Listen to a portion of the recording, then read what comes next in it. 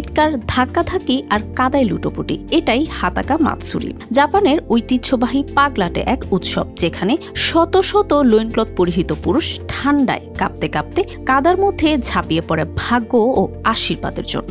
প্রাচীন বিশ্বাস অনুসারে প্রকৃতির সঙ্গে যুদ্ধ করলেই মেলে ভালো ফসল। সেই ঐতিহ্য থেকেই ইয়োতসুকাইদো শহরের মিমোসুবি মন্দিরে প্রতি বছর বসে এই কাদা যুদ্ধ। পুরোহিত প্রার্থনার পর শুরু হয় দৌড়ঝাঁপ, কেউ কাউকে ছাড় দেয় না, ধাক্কাধাক্কি এমনকি গড়াগড়ি।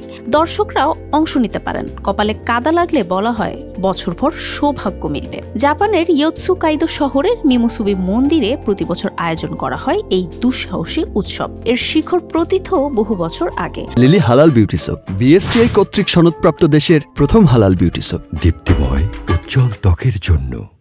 যখন কৃষকরা বিশ্বাস করতেন প্রকৃতির সঙ্গে যুদ্ধ করলে ফসল ভালো হবে, জীবন হবে সমৃদ্ধ, আর সেই বিশ্বাস থেকেই জন্ম নিয়েছে এই রীতির। কিন্তু কাদায় নেমেই কি উৎসব শেষ?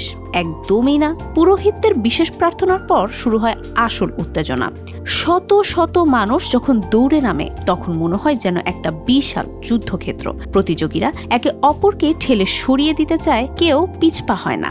একটাই লক্ষ্য, নিজেকে প্রমাণ করা ও সৌভাগ্যের ছোঁয়া পাওয়া। তবে এই উৎসবে শুধু অংশগ্রহণকারীই নয়, দর্শকদেরও ভাগ্য বদলের সুযোগ থাকে।